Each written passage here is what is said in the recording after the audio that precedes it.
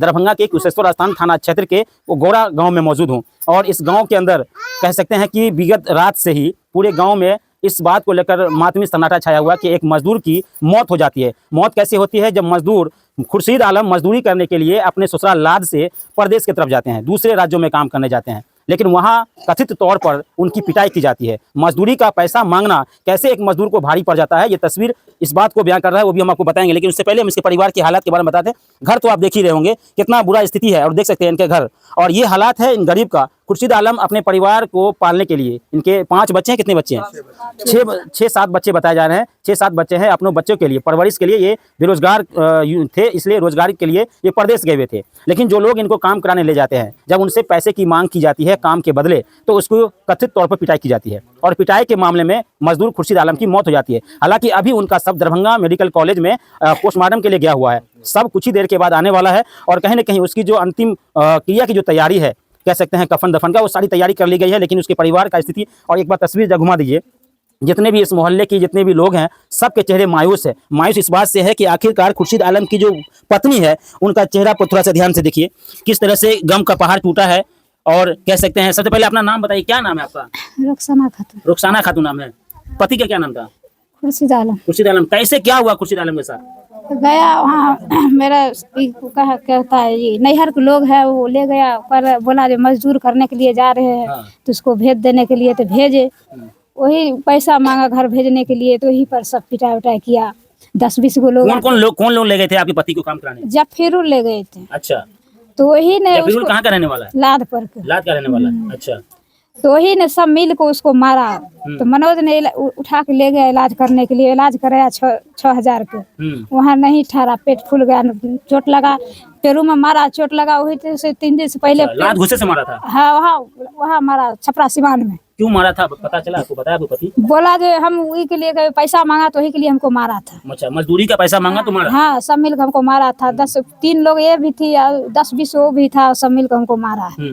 तो बोला हमको, जो हमको बहुत यहाँ के ले आया, हाँ क्या कहता है, बेगूसराय, वहाँ कहते हैं, वहाँ चौक पर जाकर छोड़ दिया उसको। अच्छा, आपके गांव के चौक पर? हाँ, तो भोरे पर कोई क्लास को लड़का जा रहा था, तो उसको हमको फोन किया, वो नंबर नहीं दी ये लोग, तो फोन किया, तो बोला क्या जो हमको परिवार को बुला दो। 2 बजे में आया, फोन आया, तो हम जफीरुल के नाम बोले, मेरा पति को जल्दी से ले आइए, हमको बहुत सीरियस है। वो बोला क्या जो तुम जाओ, हम नहीं जाएंगे। हम बोला हमको तो देखा नहीं है, आप जाइएगा तब तो हम जाएंगे।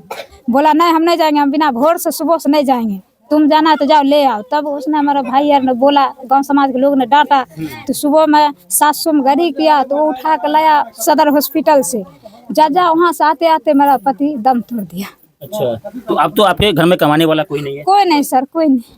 कोई नहीं। तो आपका क्या आरोप है, आप क्या चाहते हैं, क्या होना चाहिए? क्या होना चाहिए, उसको कानून करवाया होना चाहिए, है ना? हाँ। जिन लोगों ने आपके पति का हत्या किया? हाँ, सबको जेल भेजना चाहिए, उसको कानून करवाया होना चाहिए। तो अब तो आपके घर में कोई कमाने वाला नहीं है, तो आप किस तरह परिवार आपका चलेगा? अब उस आप ही सब न जानिए, गाँव समाज को लोग जानेगा जो कैसे चलेगा। हम तो कोई कमाने वाला नहीं है, 7 बच्चा है, सब लेधुरिया, उसको कौन देखा? 7 बच्चा है? हाँ। भारी जान सेहो छै, भारी जान सेहो छै। हाँ। तो अब ओकरा कौन उपाय है? तो ओकरा तो समाज लोग क्या, आप लोग इसको खुराकी देना चाहिए। मतलब आप इनका कमाने वाला कोई नहीं? कोई नहीं है, सब तेले धुरिया है, कोई तो ससुर नहीं है, दियर भाई नहीं, उसको अपना अपना दिया। आपका ही बेटा था? हाँ, हमारा खुर्शीद आपका बेटा था? हाँ, आपका क्या नाम है? हाँ, समीना खातून। अच्छा, आपका एक को बेटा था? हाँ, वो एक बेटा का हमरो देते रहा, हमरो देते रहा। तो अब तो आपका कमाने वाला कोई नहीं है? कोई नहीं है। और देख सकते हैं, ये खुर्शीद आलम की माँ है, और ये उनकी पत्नी है, और ये देखिए इनके बच्चे हैं छोटे छोटे। देखिए, ये देखिए, एक ये छोटा बच्चा है, एक ये बच्चा है, और ये है, ये लड़की है, ये लड़की है, और ये बच्चे हैं। इनके 7 बच्चे हैं, छोटे छोटे मासूम बच्चे हैं। इन बच्चे को क्या पता था कि मेरे पिताजी मेरे लिए कमाने के लिए गए हुए हैं, लेकिन जब वो वापस आएंगे तो हमको हमेशा के लिए इस दुनिया से छोड़कर चले जाएंगे। क्या पता था इस बच्चे को? इस बच्चे के बहुत सारे सपने होंगे, बहुत सारे इनकी ख्वाहिशात होगा, लेकिन शायद अब वो पूरा नहीं हो पाया, क्योंकि इनके पिता का सर का जो साया था वो अब उठ चुका है। पूरा परिवार के साथ साथ पूरा गोरा गाँव जो है, वो कहीं ना कहीं इस बात से दुखी है कि खुर्शीद आलम के अचानक इस दुनिया से चले जाने पर इनकी माँ, वो भी विधवा है, इनकी पत्नी अब वो भी विधवा हो गई, और ये 5 बच्चे जिनके ऊपर पिता का साया उठ गया। अब कह सकते हैं कि इन बच्चों का क्या होगा। और वैसे लोग, जिन लोगों ने कथित तौर पर खुर्शीद आलम की पिटाई बेरहमी से की, जिनके मौत का जिम्मेदार वो 5 लोग बताए जा रहे हैं, इनकी पत्नी के द्वारा ये आरोप है कि वही 5 लोग जिनके कथित पिटाई से हमारे पति की मौत हुई थी, उन लोगों को भी कहीं न कहीं इनके पत्नी का आरोप है कि वैसे लोगों पर कठोर कार्रवाई होना चाहिए। ग्रामीण यहाँ मौजूद है, इसी गांव के कुछ लोग यहाँ मौजूद हैं, हम उनसे बातचीत करेंगे क्योंकि जो तस्वीर आप देख रहे हैं ये घर का हालात भी आप देख के अंदाजा लगा सकते हैं कि कितना गरीब आदमी होगा और पलायन बिहार में कब रुकेगा ये समझ से बाहर है। पलायन करने पर बिहार के लोग क्यों मजबूर हो जाते हैं? क्योंकि उनके पास रोजगार नहीं है, ये सबसे बड़ा मुद्दा है। सबसे पहले अपना नाम बता दीजिएगा। मोहम्मद नियाज मेरा नाम है। नियाज जी, क्या बताएंगे जिस तरह से खुर्शीद आलम की कथित तौर पर पिटाई के बाद उनकी मौत हुई और कहीं न कहीं पूरे गांव में मातमी सन्नाटा छाया हुआ, आप लोग का भी चेहरा मायूस है, क्या कहेंगे इस परिवार के लिए? अब आप देखिए, सबसे पहले बात तो कि ये गरीब है और गरीबी नहीं, अत्यंत गरीब आदमी है। ये जो है ससुराले से जो है एक ठेकेदार जफीरुल है, उनके थ्रू से जो है मोतिहारी की तरफ जो है काम करने गया था। अच्छा। तो कुछ घर भेजने के लिए पैसा मांगा गया तो ठेकेदार से जो है झमेला हो गया और झमेला होने की सूरत में जो है वहाँ जहाँ काम करता है वहाँ पर एक किशुन नाम का जो है कोई मनोज नाम का जो है, मनोज पिता किशुन नाम का ठेकेदार वहाँ भी है। अच्छा।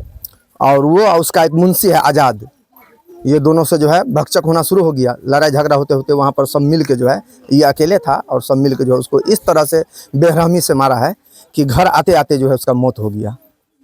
तो इनके मौत के जिम्मेवार वो सभी लोग हैं? वो सभी लोग हैं, वही नहीं और अन्य लोग 20-25 लोग जो साथ में काम करता क्या है। इस मामले में आप लोग थाना में शिकायत? हम लोग थाना में शिकायत कर रहे हैं और हम प्रशासन से अनुरोध करेंगे प्रशासन से कि ऐसे व्यक्तियों को जो है कड़ी से कड़ी सजा हो और फांसी दिया जाए ताकि भविष्य में आगे चलकर कोई इस तरह का जो है घटना नहीं। निश्चित रूप से, क्योंकि जिस तरह से मजदूरी का पैसा मांगना क्या अपराध है, ऐसे लोगों के ऊपर कठोर कार्रवाई होना चाहिए। जो लोग मजदूरी का पैसा मांगते हैं उनको कथित तौर पर पिटाई की जाती है। बताइए ये कहाँ का अन्याय है कि मजदूर अपना पैसा मांगेगा तो उसकी आप पिटाई कर देंगे और फिर इस तरह मौत हो जाएंगी?